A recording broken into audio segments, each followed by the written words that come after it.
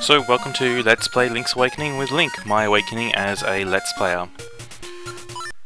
Today, we're getting through Tail Cave, which is where we left off yesterday. Now, Link's Awakening is probably the last Zelda game that really wasn't impacted by Ocarina of Time at all. Because once we'd had Ocarina of Time, Zelda had permanently tried to stand up above it.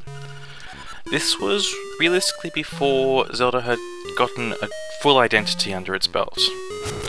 Which doesn't mean it doesn't suffer the same ways that other Zeldas do in trying to stay rigorously to the formula, but it's before there was even a terribly clear formula to establish.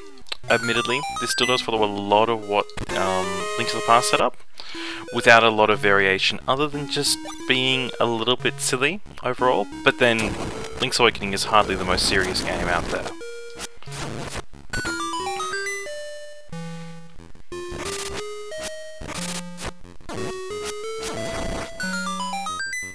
And let's get this chest.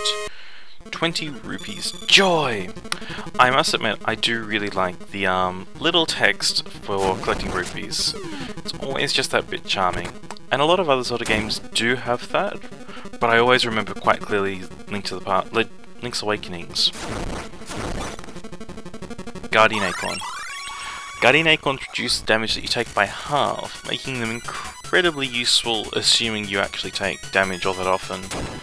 Of course, Link's Awakening doesn't use quarter hearts, which mitigates their usefulness somewhat, given a lot of stuff deals half damage.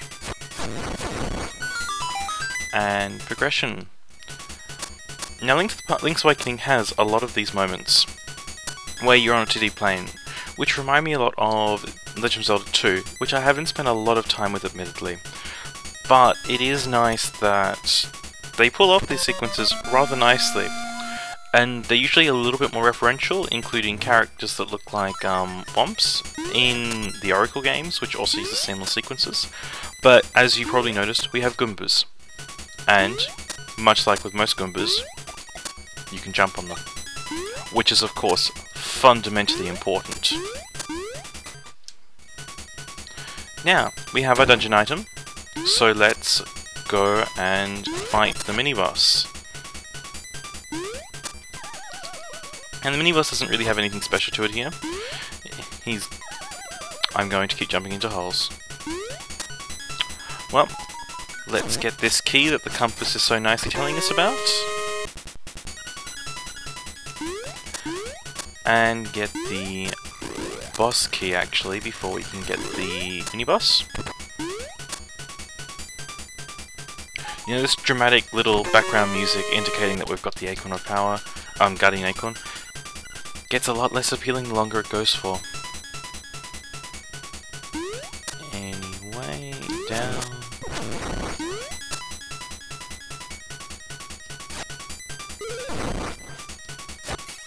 Interesting note, you can pick up items to your sword, which is important when enemies die on an outside panel. Now, we could do this puzzle here, which requires hitting all these things so that they match, so you can get the Owl's Beak. Owl's Beaks are usually used to help you solve puzzles quicker, by giving you advice, and for some puzzles, basically required.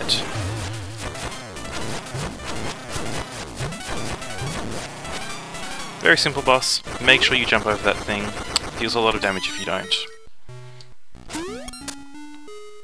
Now, we're up to the boss. This boss is quite annoying. These are some of the few pits in the game that won't actually hurt you. They'll send you... well, you'll get to see. They send you down here, where you must go fight the boss yet again. However...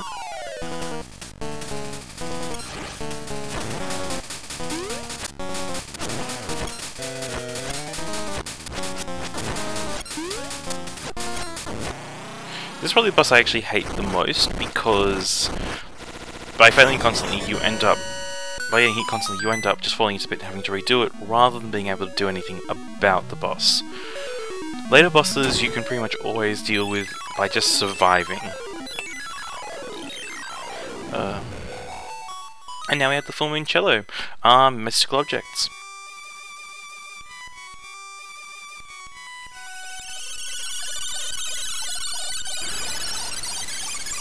And that was the first dungeon of Legend of Zelda Link's Awakening. And next time we shall go to the swamp. Thank you for being with me for this Let's Play with Link.